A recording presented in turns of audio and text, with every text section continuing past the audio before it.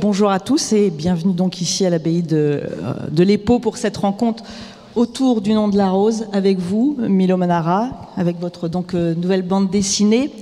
BD, qui on le sait, est l'adaptation du livre éponyme d'Umberto Eco, formidable polar médiéval à tiroir où il est question de la connaissance, de ce qu'elle implique, du rire, mais aussi de la pauvreté.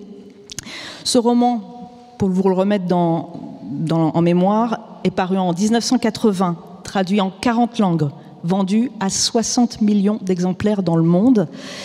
Et maintenant vous, Milo Manara, qui vous attaquez à ce chef-d'œuvre. Pour brosser votre portrait, vous résumez Milo Manara, c'est un peu entrer dans l'histoire de la bande dessinée. Vous commencez dans les années 70. La bascule se fait dans les années 80 avec la sortie du Déclic qui va faire de vous l'un des maîtres de la bande dessinée que l'on dit érotique. Mais vous résumez à cela, Milo Manara, personnellement, je trouve que c'est assez réducteur. Il n'y a pas que ça chez vous. Vous avez collaboré avec Jodorowsky sur la série des Borgia, avec Hugo Pratt, votre mentor.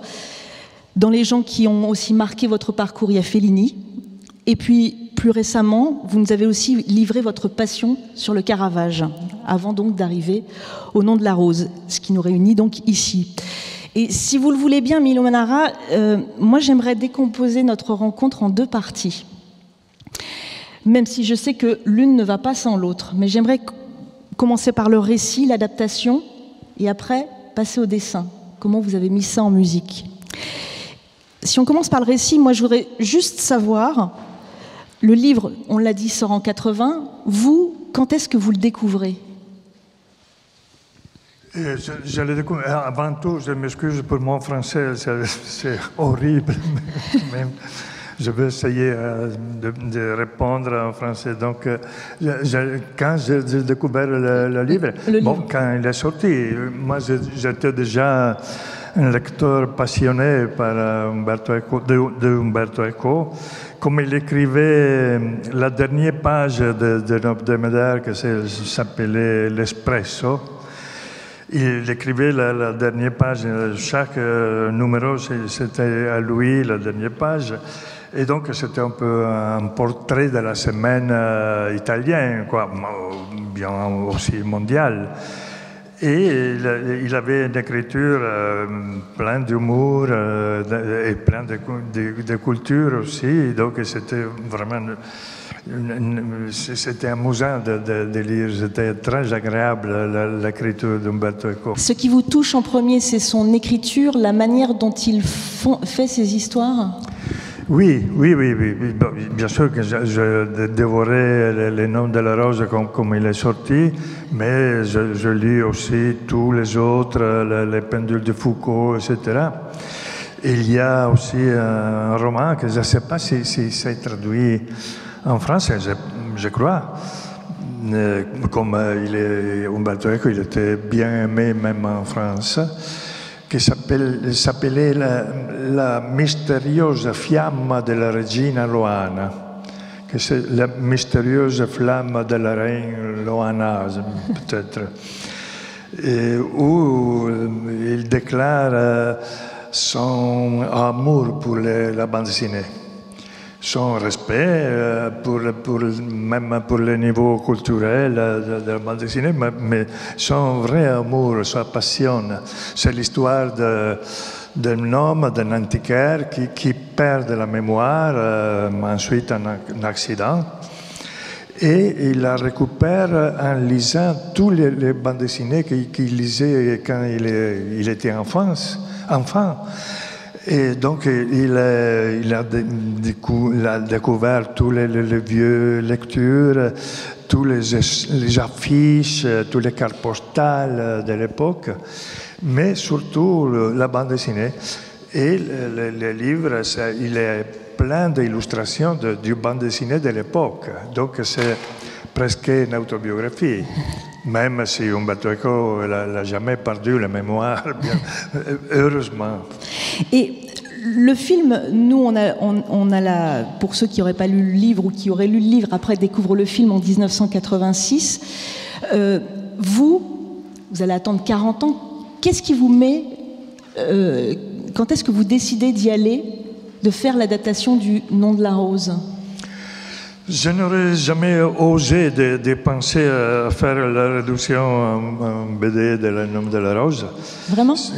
Non, je n'aurais jamais pensé. Et c'était son fils, Stefano Ecco, qui m'a proposé de faire l'adaptation en bande dessinée.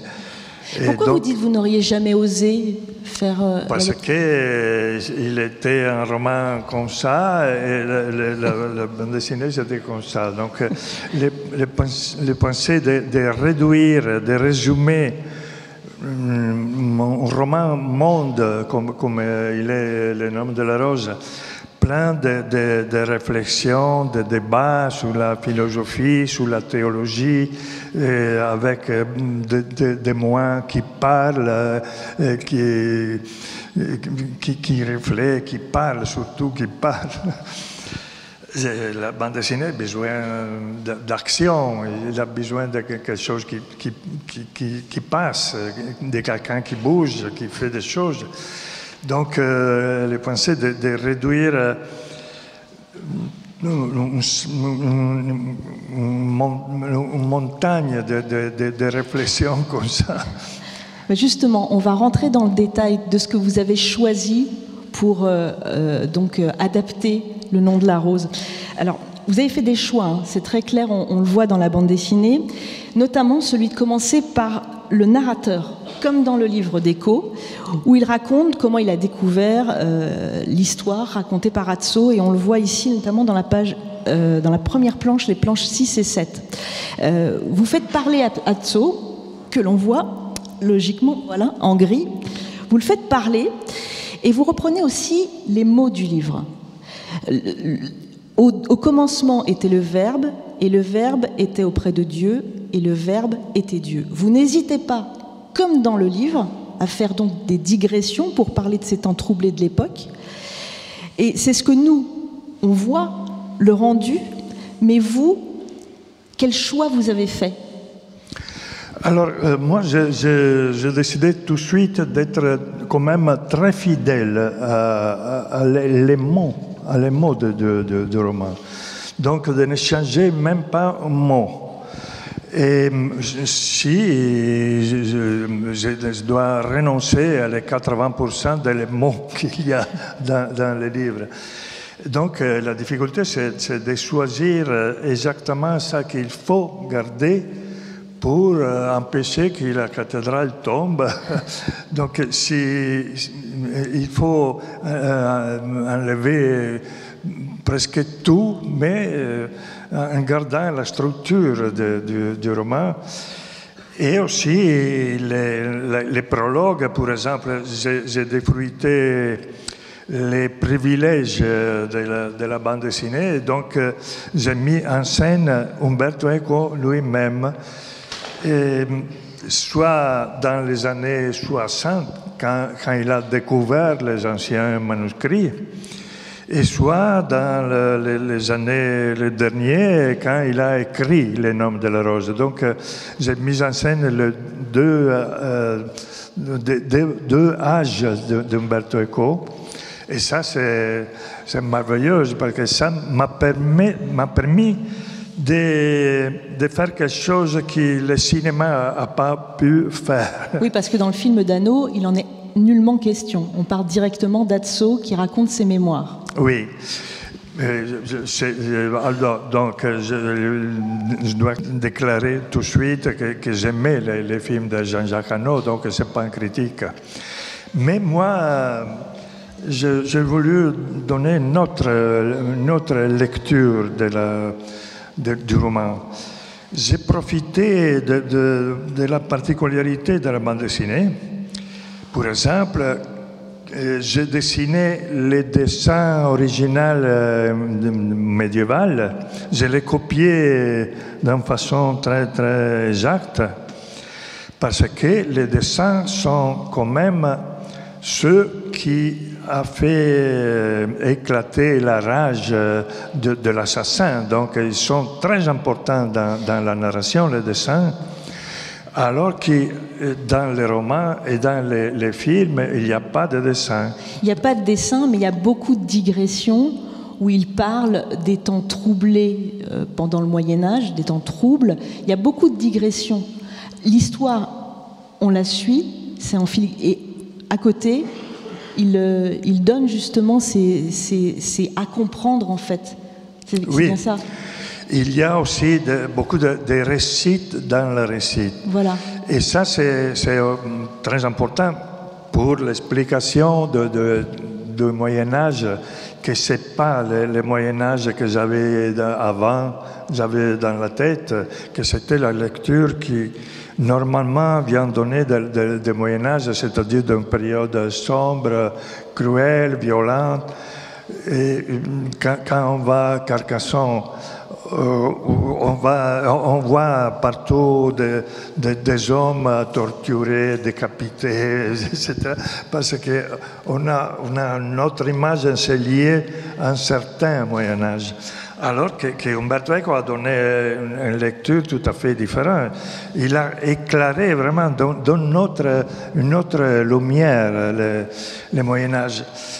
Donc j'ai gardé les récits dans la récite, même parce que sinon la bande dessinée il aurait été un peu claustrophobique, comme tout passe dans l'abbaye, etc. Les récits dans la récite sont des fenêtres, des portes qui nous permettent de sortir de temps en temps. Et c'est la même raison pour laquelle je crois Umberto Eco a choisi de mettre beaucoup de contes dans les contes, récits dans les récits, etc. Je me posais la question, le livre, on le dit, est un livre à tiroir, avec beaucoup de récits à côté. Jean-Jacques Hano dit que pour son film, il a réussi à faire son film au bout de 17 scénarios. Vous en avez fait combien ? Non, juste la Bible, c'est ça mon scénario. Comme Jean-Jacques Hano, il avait quand même à disposition Umberto Eco vivant. Donc il a pu parler avec Umberto Eco. Moi, je n'ai pas la chance de l'avoir, donc pour moi, Umberto Eco, c'est le livre. Et ça, c'est le scénario, c'est la Bible, c'est tout. Donc il ne s'agissait pas de changer des choses, mais de couper des choses. Mais l'essentiel, c'était déjà dedans le livre.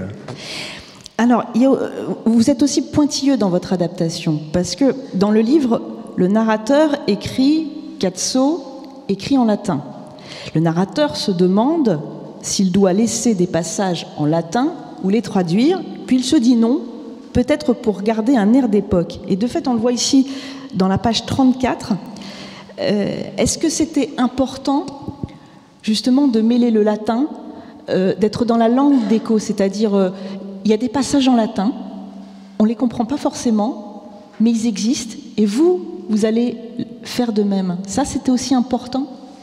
Oh oui, c'est très, très important. Alors, moi, je fais terminer la première partie avec l'apparition de la femme. Alors dans presque toutes les pages avant de ça, ils ont parlé très mal de la femme. Ils ont dit la femme, c'est le diable, c'est la cause de la ruine de l'homme, il faut garder de la femme.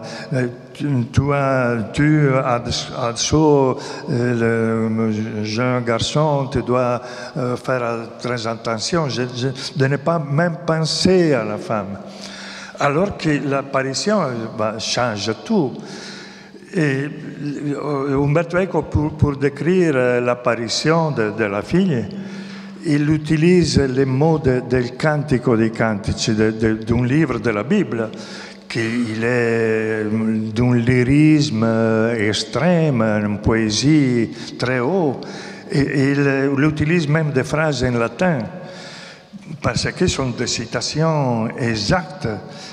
Et donc, si on lit les mots qu'Umberto Eco utilise, on comprend que c'est vraiment important, essentiel, l'apparition de la fille dans l'univers des hommes, des moyens, etc., plein de préjugements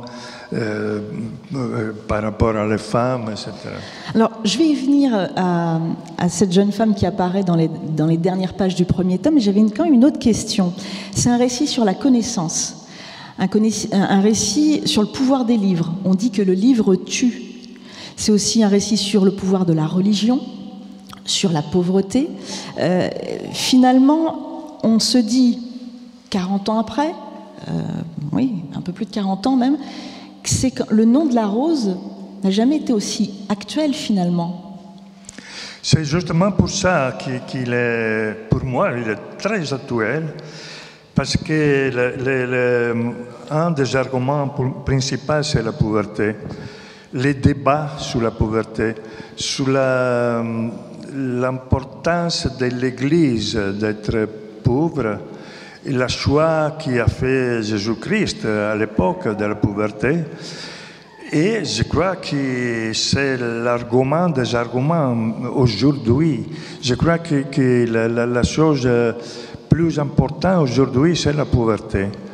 C'est la différence entre la richesse et la pauvreté, que c'est une différence excessive, c'est une différence insensée, qu'il n'y a pas de justification logique, même pas économique.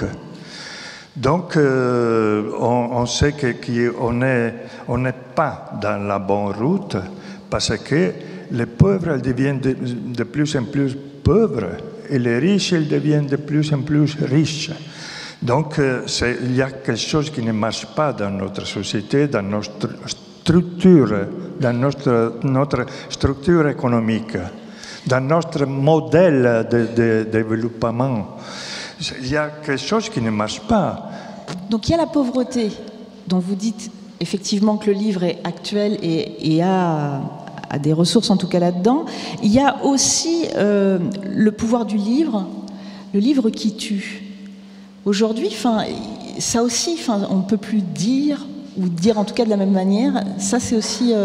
Non, alors c'est Jorge de Burgos, le vieux aveugle, qui a pensé à le livre comme des assassins, les livres qui tuent. Mais ce n'est pas Umberto Eco du tout.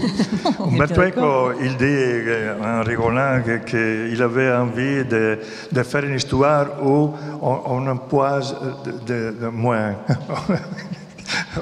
où il y a moins qui meurent empoisonnés. Voilà. Mais c'est pour plaisanter, bien sûr, que Umberto Eco il aimait beaucoup de plaisanter. Et en réalité c'est au contraire, c'est que la salvation, c'est dans la culture, dans le livre, justement. Mais l'oscurantisme de vieux moines, qui c'était un peu l'oscurantisme de la tradition.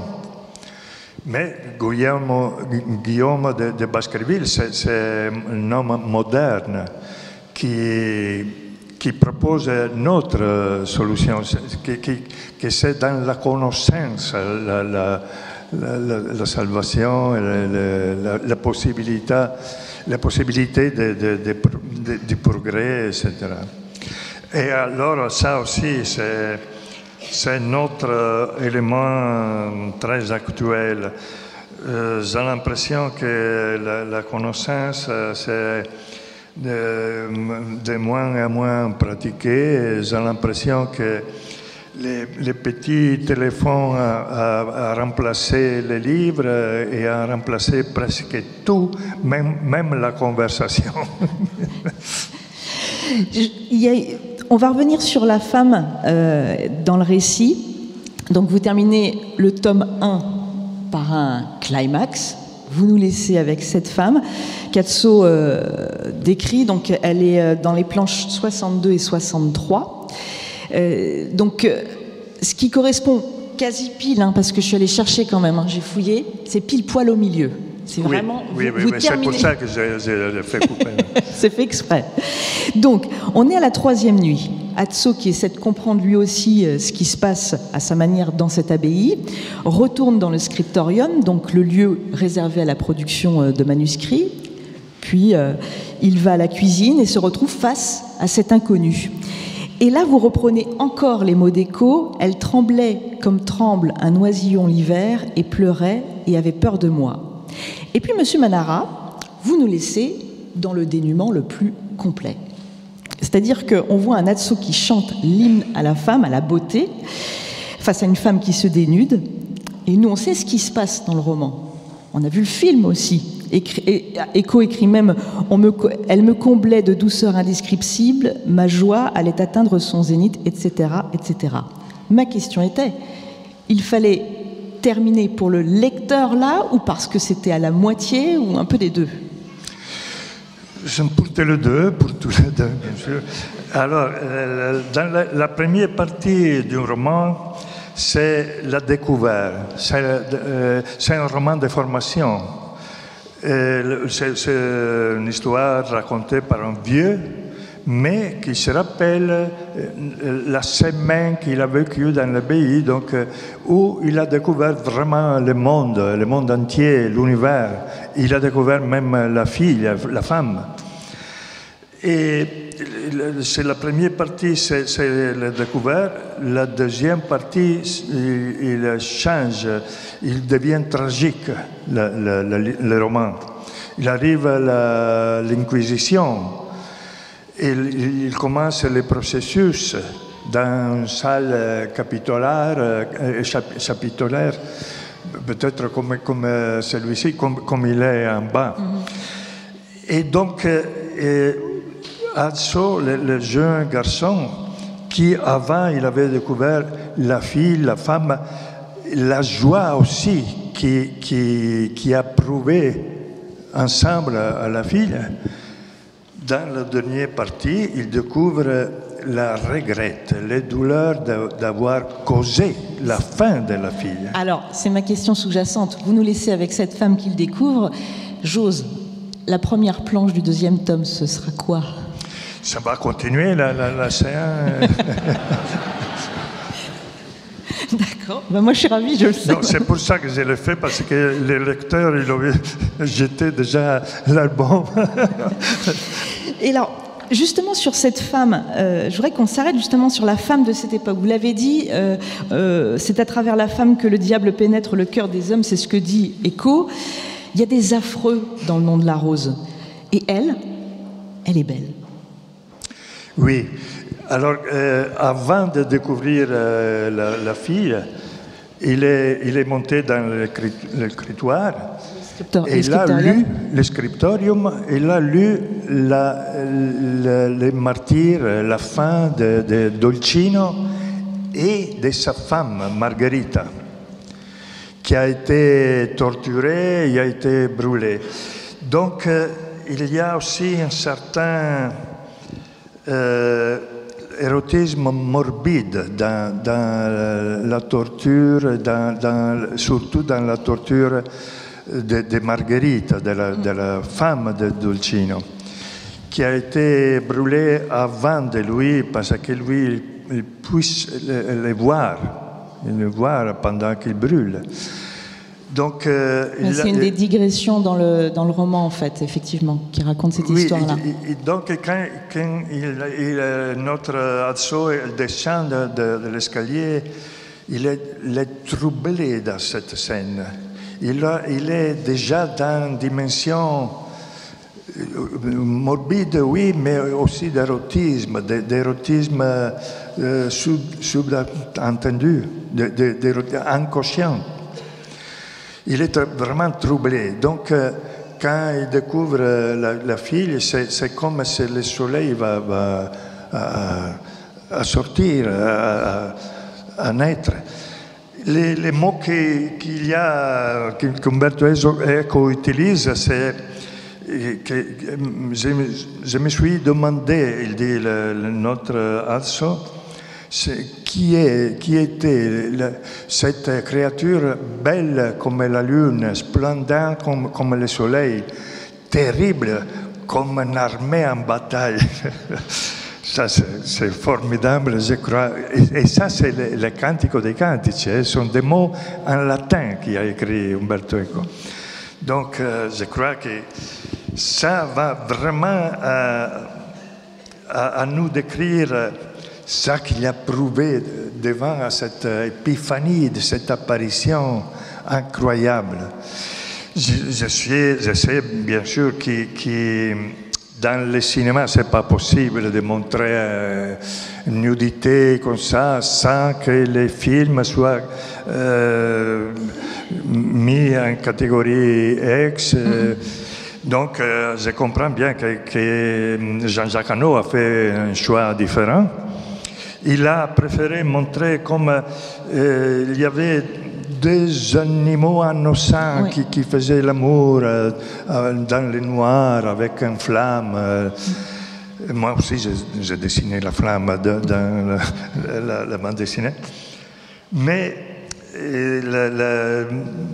l'action de faire l'amour, c'est secondaire par rapport à l'apparition.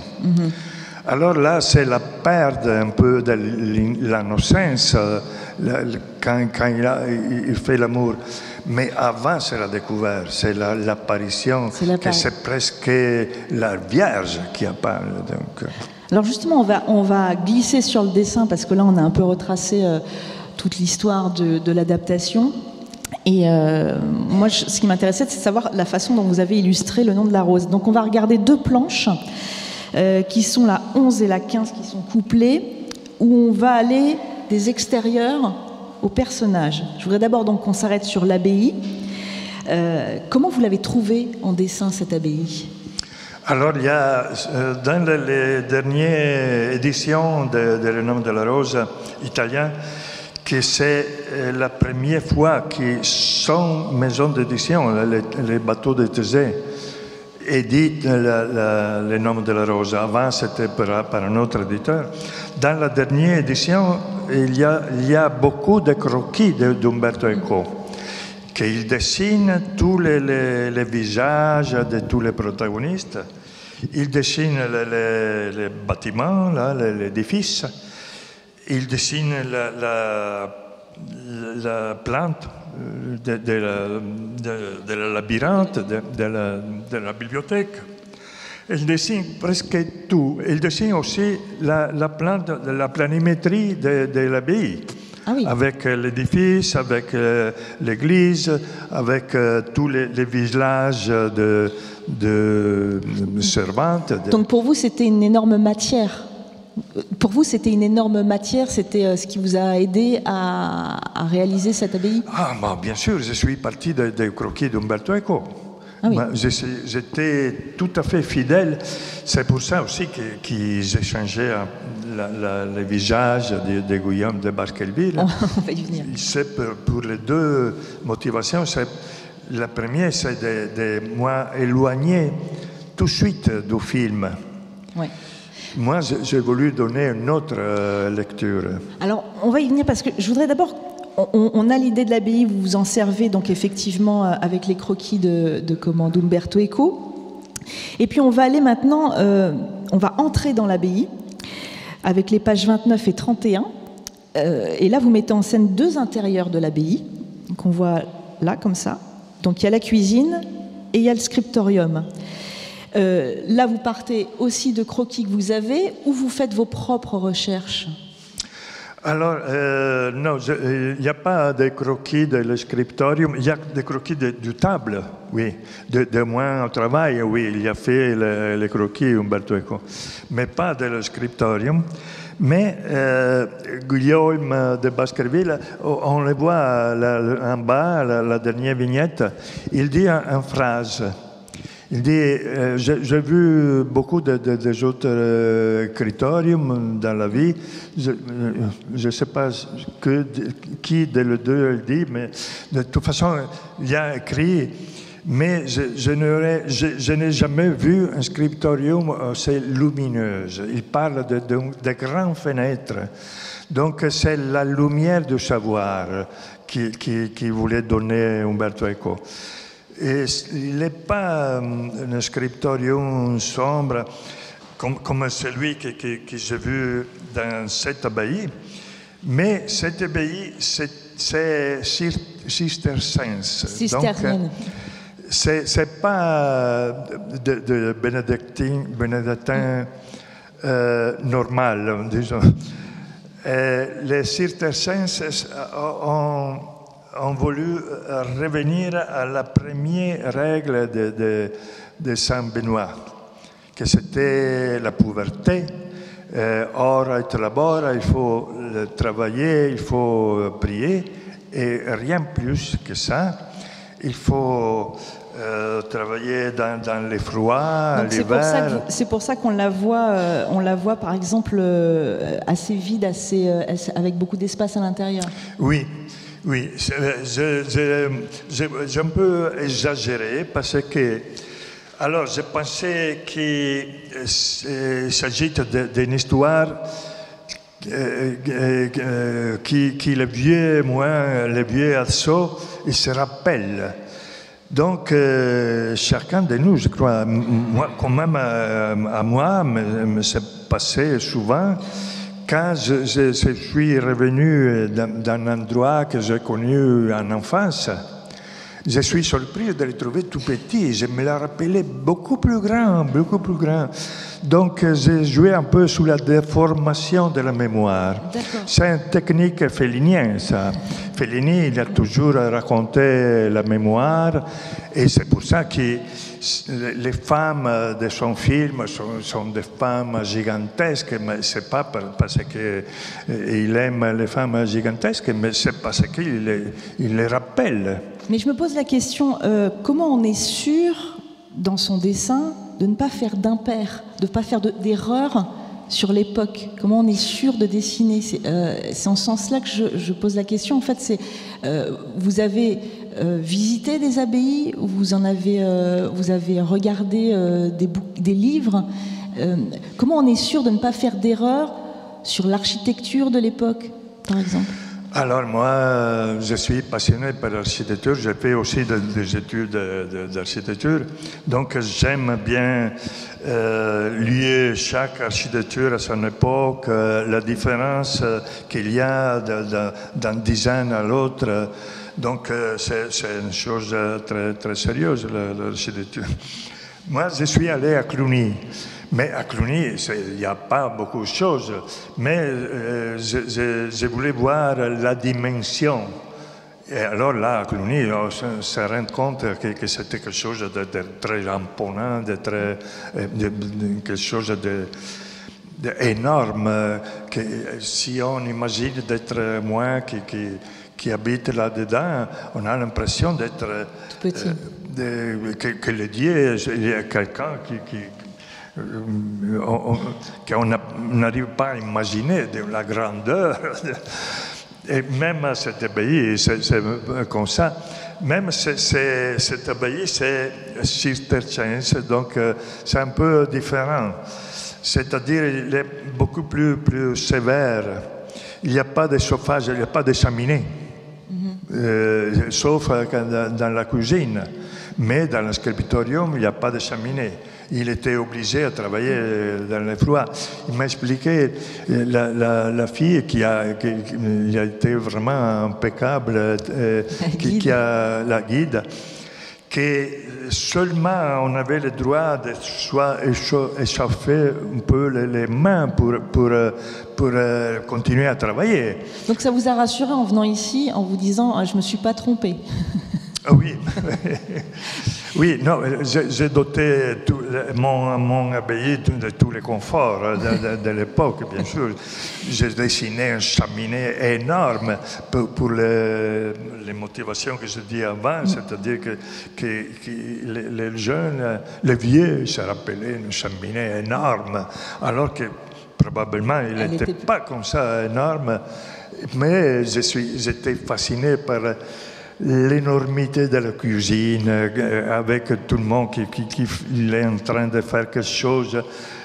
Donc si on a la patience de regarder tout ça qui passe dans la cuisine, parce que c'est aussi un moyen pour ne faire pas seulement une histoire de dialogue, mais que soit aussi une histoire visible, qui on nous donne l'impression, quelque part, d'être là-dedans, de l'avoir vu, les endroits, les décors et tout. Il y a aussi les personnages. Et là, on va passer à Guillaume de Baskerville. Donc avec la page 10 que j'ai demandé à ce qu'on couple avec les recherches graphiques que vous avez faites. Alors dans le livre d'Umberto Eco, via la voix d'Azzo, je suis allée chercher et donc j'ai trouvé. Il décrit Guillaume de Baskerville comme ça. Il dit: c'est un homme plus grand que la normale, il est maigre, ses yeux sont vifs et pénétrants, son nez effilé et légèrement aquilin, son manteau révèle une forte volonté, son visage est allongé, il a des taches de rousseur, des poils qui sortent de ses oreilles et des sourcils touffus et blonds. Moi, je voulais savoir, on va venir à la personne à qui il ressemble, mais comment vous l'avez trouvé, vous, votre Guillaume de Baskerville? C'était...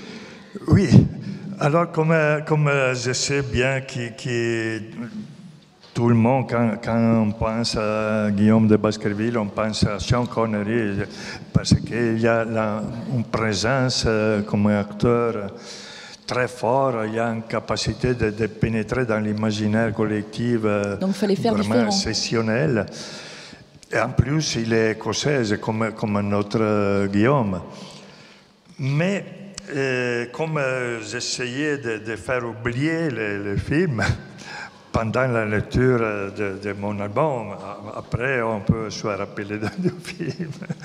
Mais alors je pensais à notre acteur, qu'il y a la même puissance dans le visage, qui a un visage plein d'histoires et que tout le monde connaît, et qui est bien connu au-delà du cinéma. Il est quelqu'un qui a pénétré dans l'imaginaire avec la même puissance que Sean Connery, que c'est Marlon Brando pour moi.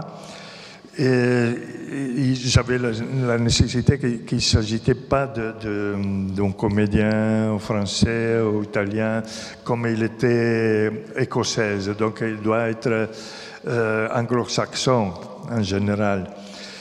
Et aussi, bon, pour présenter, mais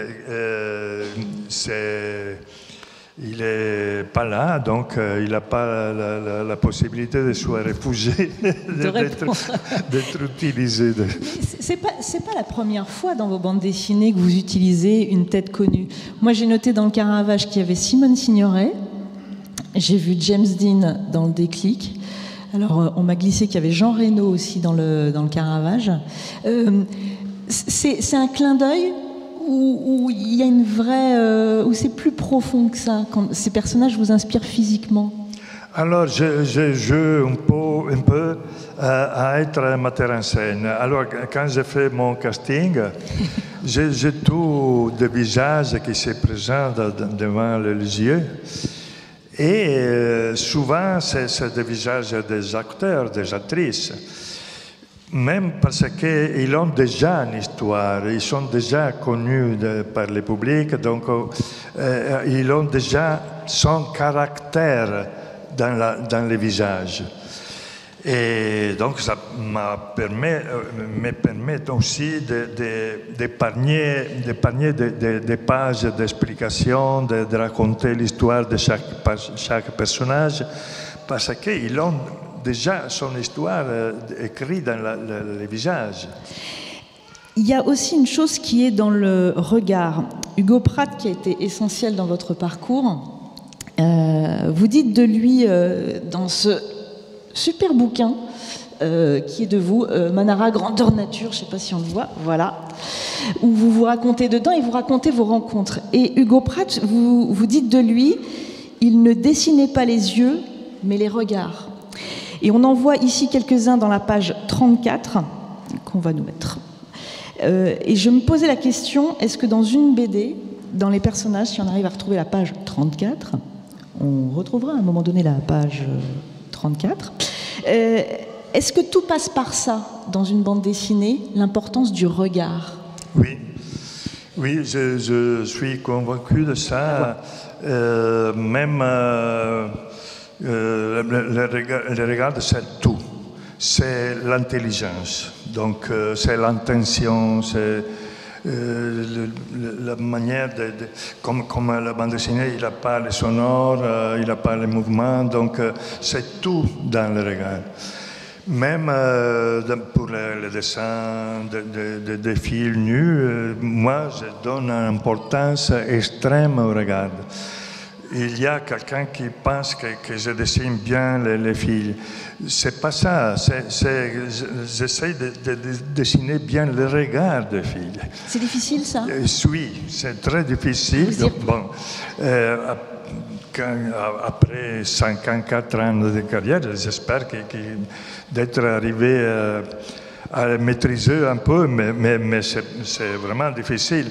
Si on se rappelle pendant les lockdowns du Covid, que tout le monde était masqué, alors là, on découvrait le regard des femmes qui c'était tout à fait différent du regard des hommes. Le regard des hommes, c'est muette, c'est inexpressif. Le regard des femmes, c'est toujours plein d'expressions, d'intentions, de messages, même masqués. On individuait tout de suite s'il s'agissait d'une fille ou d'un homme. Donc, le regard, c'est vraiment tout. Même dans la bande dessinée. Et c'est vrai qu'Hugo Pratt dessinait les regards. Si on regarde bien Corto Maltese, par exemple, on ne voit pas les yeux. Hugo Pratt dessinait les regards de Corto Maltese. Je dis ça dans l'autobiographie parce qu'ils m'ont demandé, comme c'est une série d'interviews, l'autobiographie, ils m'ont demandé si j'aurais aimé continuer à Corto Maltese. Alors j'ai raconté que Hugo Pratt me l'a demandé, en effet. Mais je l'ai vu un mois avant sa mort, moins que moi. Et il m'a parlé de tout. Il m'a parlé de sa bibliothèque, de sa maison d'édition, où il avait intention de les placer, etc. Mais il ne m'a pas parlé de Corto Maltese. Donc, je reste dans le doute s'il ne m'a pas parlé parce qu'il attendait que c'était moi à parler. Mais moi, je n'osais pas parler de ça. C'était, je crois, une chose horrible de dire Corto Maltese. Donc, il ne m'a pas parlé de ça. Et c'est pour ça que, alors, quand l'éditrice me l'a proposé, si je veux continuer à dessiner Corto Maltese, je dis non. Je regrette, mais je ne suis pas capable de dessiner les regards sans dessiner les yeux. Et Corto Maltese, c'est comme ça. Il n'y a pas de yeux, il a un regard. D'accord. Et quand vous dessinez votre BD, moi je me posais la question, comment vous faites votre découpage? Parce qu'il y a un truc que vous dites aussi, alors vous êtes assez pointilleux, vous dites, si tu cadres en plongée, en contre-plongée, du ciel à la terre, tu forces ton lecteur à monter sur une échelle ou à se coucher, tu l'obliges à faire un effort. Si tu changes constamment de point de vue, si le lecteur doit faire toutes ces acrobaties, alors tu rends la lecture moins fluide. Comment vous avez pu rendre, effectivement, on part d'un bouquin de 600-800 pages, là à un premier album de 62 pages, comment vous avez fait votre découpage? Comment vous avez rendu ça fluide?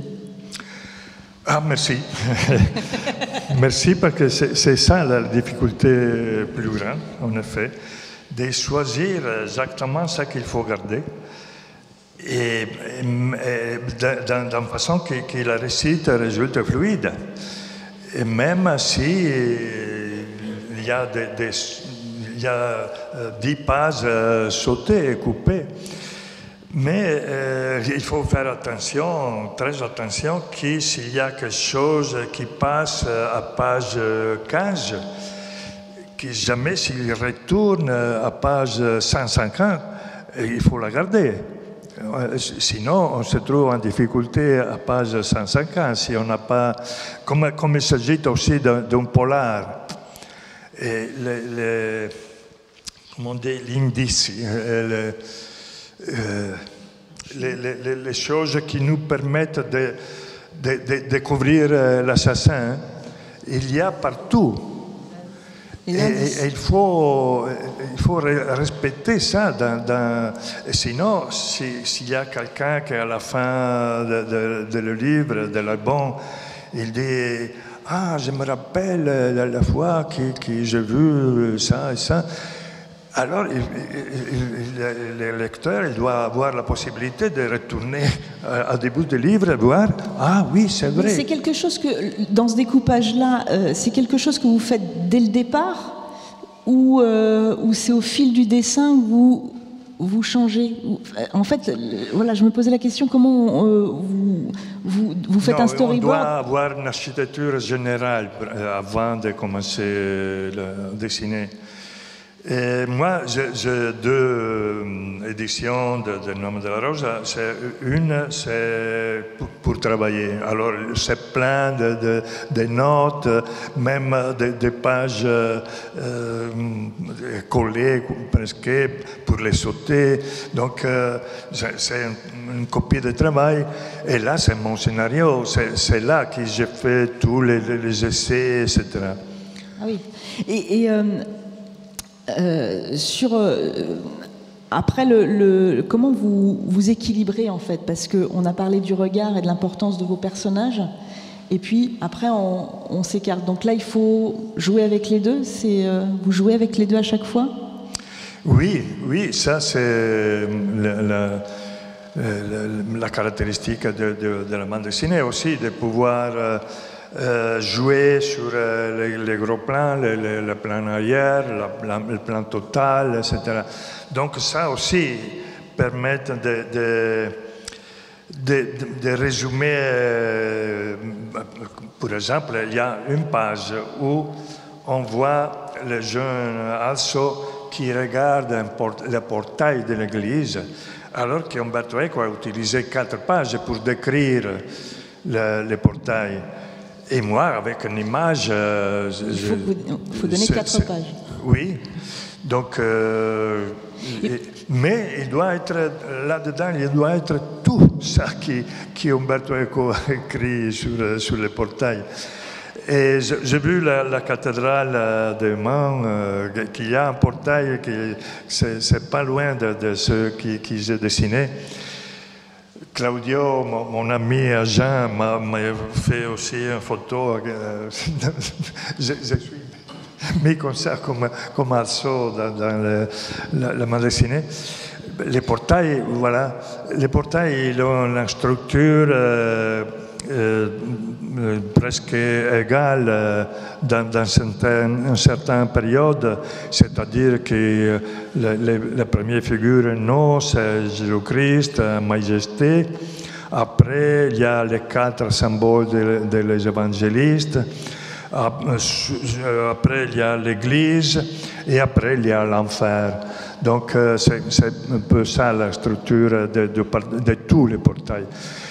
Mais l'enfer, c'est quand même important de représenter l'enfer comme on l'imaginait dans le Moyen-Âge, bien sûr. Donc, c'est plein de fantaisie, c'est étonnant, l'enfer.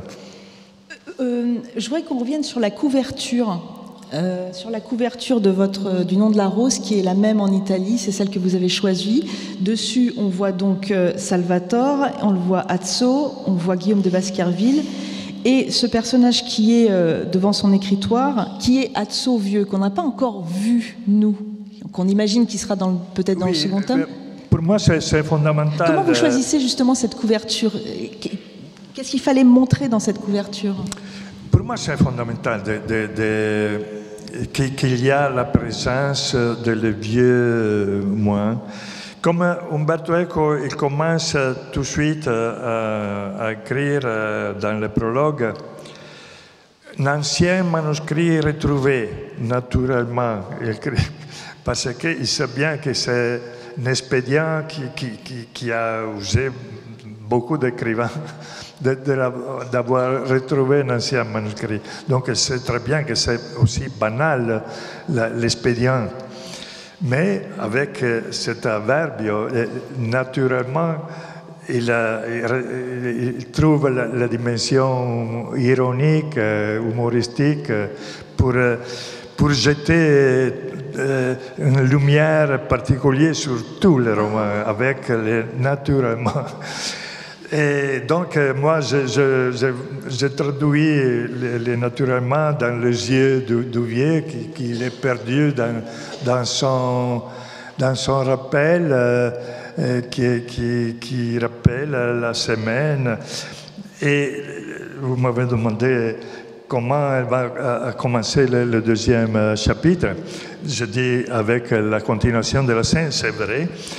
Mais dans la scène, dans les romans, il y a un certain moment où le vieux Azzo, il parle en première personne, il dit « J'espère que Dieu va moi pardonner tout ça que je suis en train d'écrire parce que on a fait des choses innominables. » Donc, c'est toujours le vieux Azzo la clé pour la lecture du roman. Il y a beaucoup d'ironie chez vous, Milo Manara, et je voudrais, maintenant qu'on a un peu brossé les coulisses de votre bande dessinée, les coulisses de l'adaptation, vous avez, on le sait, dessiné des femmes. Je repense au Déclic qui a été réédité cette année pour les 40 ans. Est-ce que après tout ce qu'on sait, MeToo, etc., à l'heure actuelle, est-ce qu'on dessine une femme de la même façon ? Non, je me suis permis de faire une nudité totale parce qu'il y avait les mots d'Umberto Eco qui justifiaient tout ça. Mais sinon, moi, j'ai l'impression qu'aujourd'hui, c'est un peu difficile de faire des choses sans le danger de toucher la sensibilité de l'un, de l'autre, etc. Comme on est dans une société multiculturelle, multireligieuse, etc. J'ai l'impression, peut-être que je me trompe, mais j'ai l'impression qu'à l'époque, la censure venait surtout de la droite. Maintenant, je crois que la censure vient aussi de la gauche. Et donc, on est emprisonné dans un chemin de fer qui c'est difficile de sortir vraiment. Et moi, comme en plus, je n'ai pas l'âge pour continuer à célébrer un certain érotisme. Chaque saison a son fruit et ma saison, il a terminé les fruits. Et je me posais la question justement, on vous donne cette... Alors je ne dirais pas étiquette, mais on dit maître de l'érotisme. Et dès qu'on dit Manara, si on dit Manara, à Manara, les femmes nues. Vous n'en avez pas marre parce que vous n'avez pas fait que ça? Un peu, oui, mais... Quand même, je sais bien que j'ai dessiné beaucoup de choses, mais ce qui a frappé plus la fantaisie, c'est le côté érotique. Et moi, j'aime l'érotisme, j'aime le raconter, j'aime le lire, j'aime le voir. Je crois que l'érotisme, c'est une partie fondamentale de notre existence. Je n'arrive même pas à comprendre comment on peut raconter une histoire sans érotisme. Comme dans la vie, il n'y a pas de vie sans érotisme, je crois. Donc, l'érotisme, c'est l'élaboration mentale, intellectuelle de sexe. Donc, on est habitué à élaborer tout ça qui est primaire. Par exemple, la cuisine. La cuisine, c'est l'élaboration culturelle de la nourriture. Ce n'est pas nourriture, la cuisine. L'érotisme, c'est la même chose pour le sexe. Ce sont des choses primaires. Sans érotisme ou sans sexe, on va vers l'extinction, bien sûr. Il n'y a pas de question, ça. Si on a la possibilité, la chance d'arriver à une certaine éternité, c'est juste à travers le sexe. Oui, on est bien d'accord. Oui, non, si je me trompe peut-être, mais je crois que... On n'est pas sûr. Alors, avec le Caravage, et ce sera ma dernière question, et si vous avez des questions dans le public, il doit y avoir un micro qui circule quelque part. Moi, j'ai l'impression qu'avec le Caravage et le nom de la rose, vos deux derniers opus, là, j'ai l'impression qu'il y a une espèce de tournant pour vous dans la bande dessinée. Voilà, je sais pas, c'est vraiment une impression. J'ai tort ou j'ai raison? Non, c'est vrai. Bon, il y a une confession que je suis en train de faire. Après la mort d'Hugo Pratt, je n'étais pas visité par des inspirations gaies ou joyeuses, etc. Donc, je pensais plutôt à des choses un peu plus sérieuses. Alors, je travaillais avec Jodorowsky, mais là, c'est pas mon scénario. J'étais utilisé autant que dessinateur. Là. Mais les histoires à moi, les histoires de lesquelles j'écris mon scénario sont devenues un peu sérieuses. Oui, je regrette, mais c'est un peu comme ça. C'est dérangeant que ce soit sérieux? C'est pas grave. C'est pas grave que ce soit sérieux. Non, ben, je plaisante. Oui, non, je crois, même, comme je dis, la question de saison, oui, c'est mieux quand on devient vieux, on pense à la vieillesse aussi. Et justement, la bande dessinée, pour vous, on va donner votre âge, vous avez 78 ans, je ne me trompe pas? Vous avez 78 ans, je ne me trompe pas? Oui. La bande dessinée, pour vous, ce sera jusqu'à la fin? Mais oui, je sais que la bande dessinée, il est dur, il est le métier quand même qu'il y a un côté physique important. Parce qu'il faut passer un certain numéro de heures aux tables, à travailler, etc. Et si je regarde tous les autres auteurs, des amis qui ont le même âge à peu près, ils ne font pas de bandes dessinées, ils font des illustrations, ils font des affiches, ils font des pubs, des autres choses, mais ils ont la tendance à quitter la bande dessinée, et je le comprends très bien. Mais moi, je me suis demandé, c'est quoi mon rôle dans l'existence? C'est de faire la bande dessinée. Et donc, je continue jusqu'à... J'ai la santé à faire la bande dessinée, parce que pour moi, c'est ça que je dois faire. Alors, Florence Sestac... Jusqu'à un moment où le lecteur dira, bon, ça suffit, j'ai mal, arrête. Alors, j'arrête. Florence Sestac disait... Je voudrais mourir un crayon à la main. Il y a un mangaka qui s'appelle Ikegami qui m'a dit quand je ne dessine pas, je perds la mémoire. Vous, si vous deviez conclure, vous diriez quoi? C'est difficile à expliquer. Il y a une phrase de Joseph Conrad qui dit « C'est difficile d'expliquer à ma femme que pendant que je regarde par la fenêtre, je suis en train de travailler. » Alors ça, c'est un peu la clé. C'est-à-dire que c'est quand on écrit son scénario, le travail, c'est la vie. La vie, c'est le travail. Il n'y a pas de différence entre vivre et travailler. Et il y a une compénétration de les deux choses. Et donc, il n'y a pas de choix. La vie, c'est le dessin, et le dessin, c'est la vie. Et je n'arrive pas à imaginer, moi, sans dessiner. Quoi je dois faire? aller au jardin, regarder les colombes, les pigeons, ou à regarder le travail en cours. C'est une spécialité des retraites de regarder tout le travail. Sur la route, on regarde toutes les machines qui bougent. C'est une façon de passer la journée.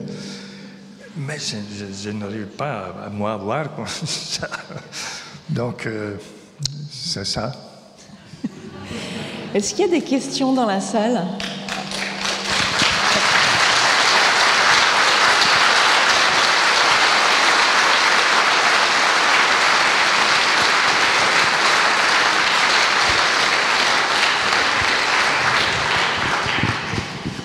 Merci. Je me lève mon tour. Buongiorno signor Manara. Buongiorno. La conosco dal 76, dal gennaio 76, quando ha pubblicato su Alterninos Il Scimmiotto. Je vais traduire en français. Merci. Je vous connais depuis 1976, quand vous avez publié sur une revue italienne Alterlinus, Il Scimmiotto, l'une de vos premières œuvres. Dommage, il est resté en Italie. Sinon, je l'aurais amené pour le dédicacer. Et à partir de cette première œuvre de votre part, je me suis dit, quel trait. Ce monsieur va avoir une longue carrière devant lui. Et je ne me suis pas trompé. La question est la suivante. Vous avez dit un certain nombre de choses, et autour notamment de la question de la pauvreté, du fait qu'aujourd'hui on n'est pas... Les temps ont changé, et à un moment donné vous avez utilisé le mot prisonnier. Est-ce que vous avez l'impression qu'il y a une censure, voire une autocensure, que les dessinateurs comme vous, qu'on appelle aussi donc des dessinateurs érotiques, mais vous avez bien raison, vous avez fait bien d'autres choses. Aujourd'hui, avez-vous l'impression que les temps ont changé tellement que finalement cette liberté du dessin aujourd'hui est entravée par une censure, voire une autocensure, ou est-ce que vous avez l'impression que ce temps est aussi un temps éthique et un temps moral, et donc il ne s'agit pas de censure, mais il s'agit de conscience? Oui, c'est un peu compliqué, mais je crois qu'on est... Moi, j'ai fait de l'autocensure, moi. Je ne suis pas Nero. Mais si je regarde, par exemple, Bastien Vivet, ou pire, si je regarde Charlie Hebdo, je me rappelle encore de Charlie Hebdo. Je suis encore Charlie Hebdo. J'avais mon ami très cher, c'était Georges Wolanski. Donc, si je pense à Charlie Hebdo ou à Bastien Vivet, je crois qu'il faut avoir trop de courage maintenant pour ne pas auto-censurer. Mais je crois que si quelqu'un a le courage, c'est bien qu'il ne censure pas. Je suis contre la censure. De toute la direction où il vient, je suis tout à fait contre. Mais je fais une distinction quand même. Si on parle de littérature, si on parle de bande dessinée, si on parle donc pas des hommes et des femmes vivants, alors il ne doit pas avoir de la censure. Si on parle de cinéma, si on parle de photos, si on parle de théâtre, c'est différent. C'est-à-dire, quand il y a des vrais êtres humains qui peuvent être des femmes, des hommes ou des enfants, alors là, il y a la loi, pas la censure. Là, il y a la loi. Donc, je ne crois pas à l'existence, il ne doit pas être la censure. Bien sûr que s'il y a quand même des grands dessinateurs qui ont risqué la vie, ils ont joué la vie pour la liberté, je crois que chaque dessinateur, chaque auteur a le droit de choisir la vie plutôt que la liberté. Je ne suis pas un héros, je dis tout de suite. J'ai répondu. Oui.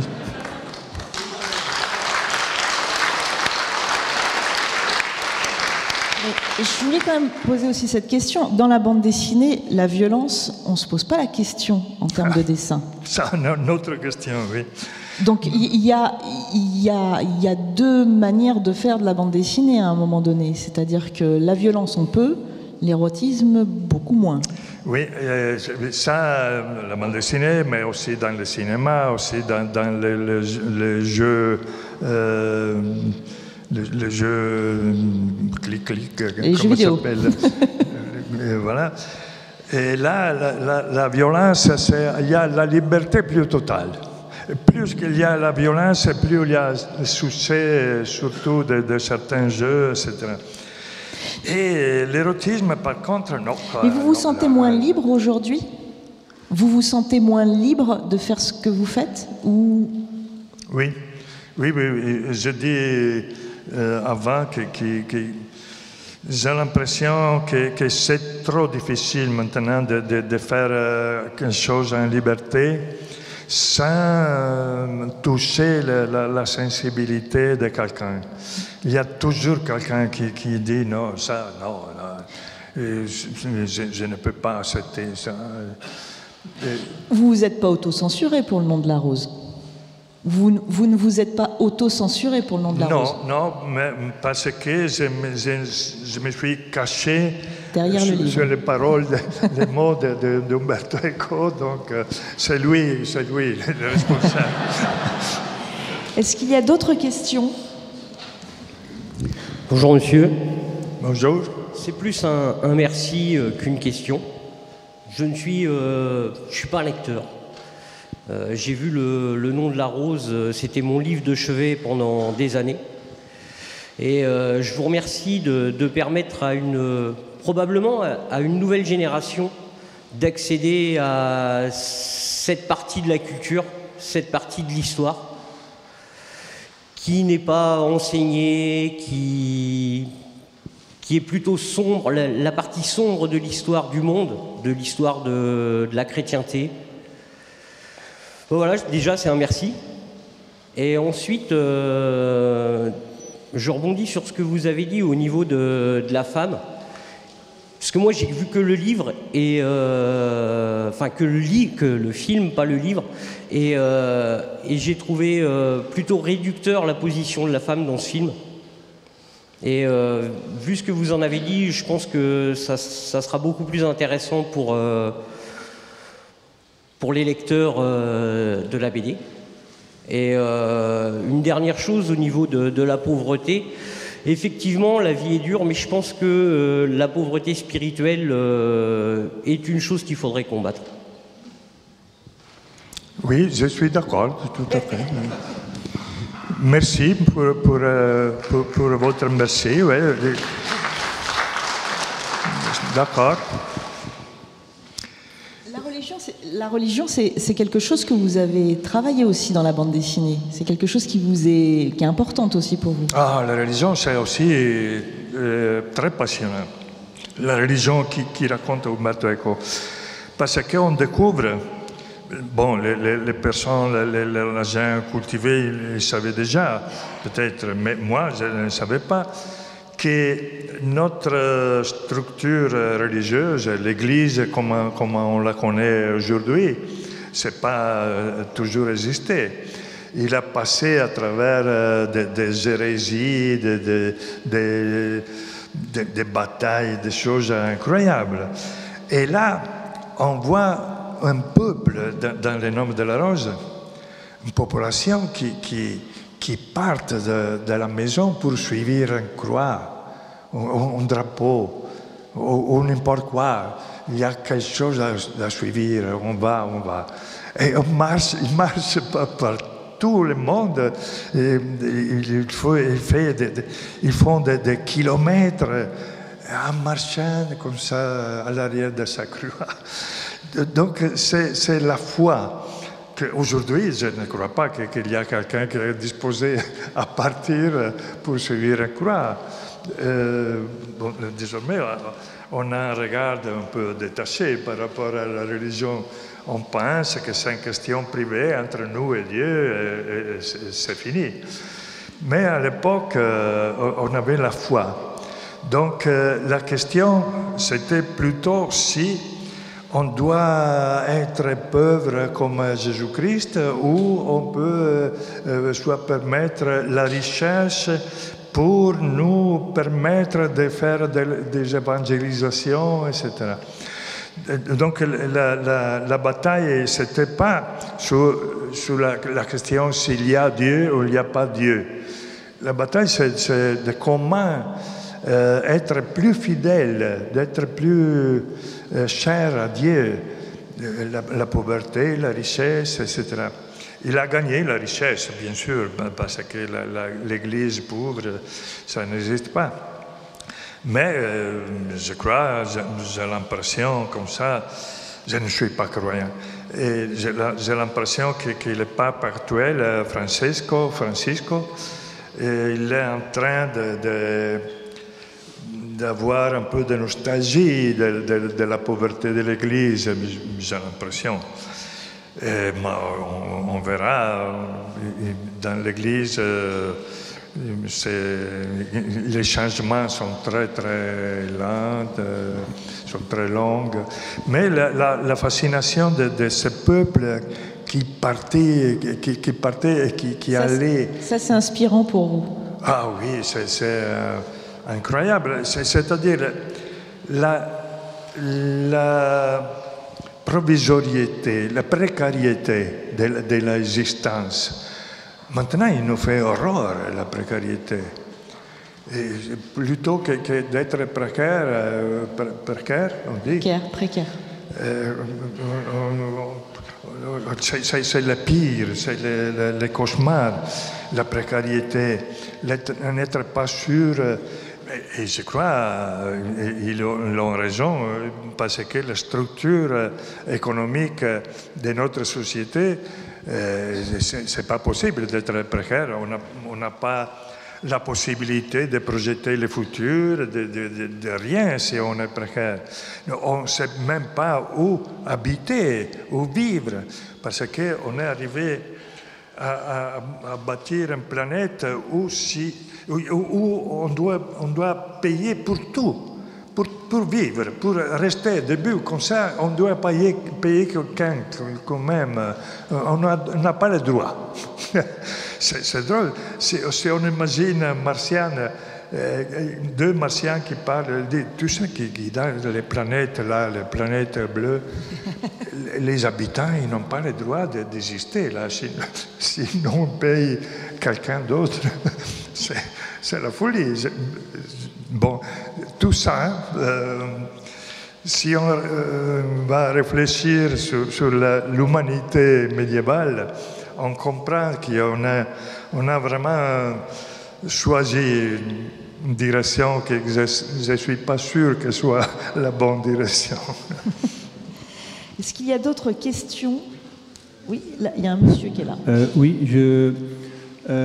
j'étais très intéressé, voire fasciné par ce que vous avez dit sur le fait que, pardon, je me lève, que Hugo Pratt ne dessinait pas des yeux, mais il dessinait des regards.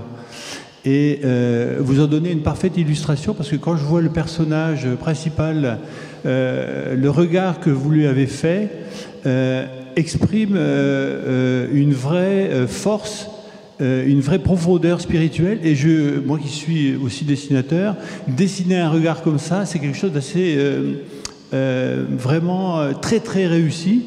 Et comme je pense aussi que le dessin, c'est une forme de graphologie, et qu'on dessine ce qu'on est, je trouve que la force spirituelle que vous avez mis en œuvre là et mis en scène, je pense que c'est la vôtre et je vous en félicite finalement.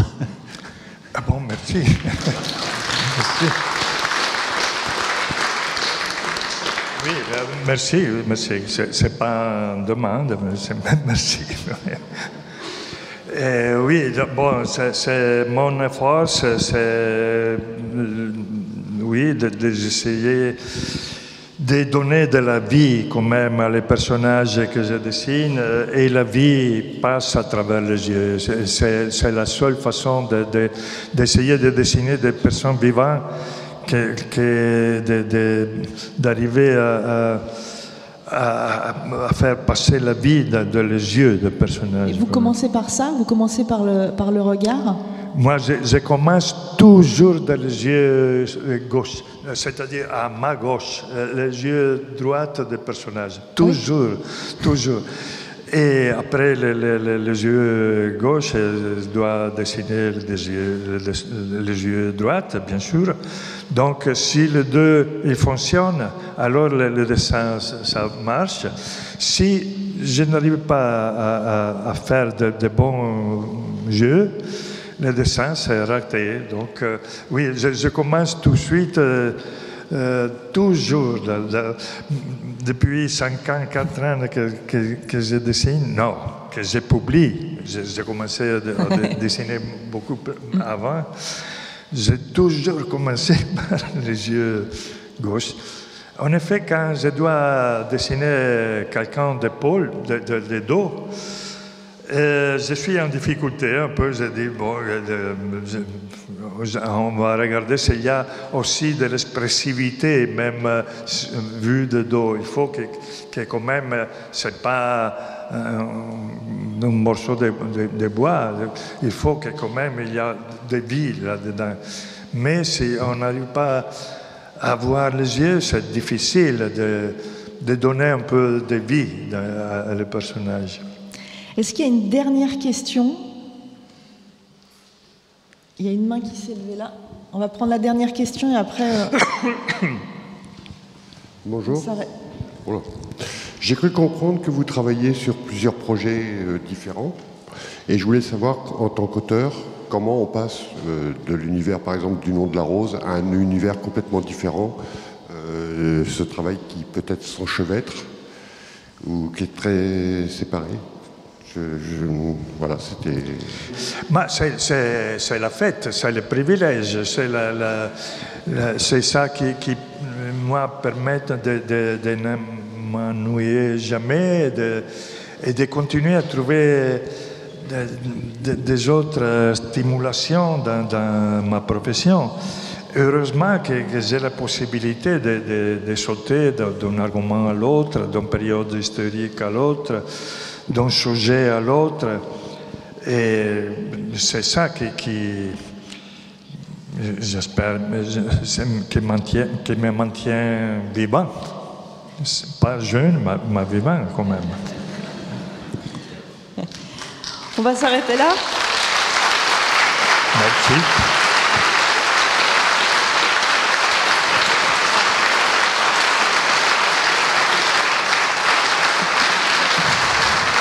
Monsieur Milo Manara.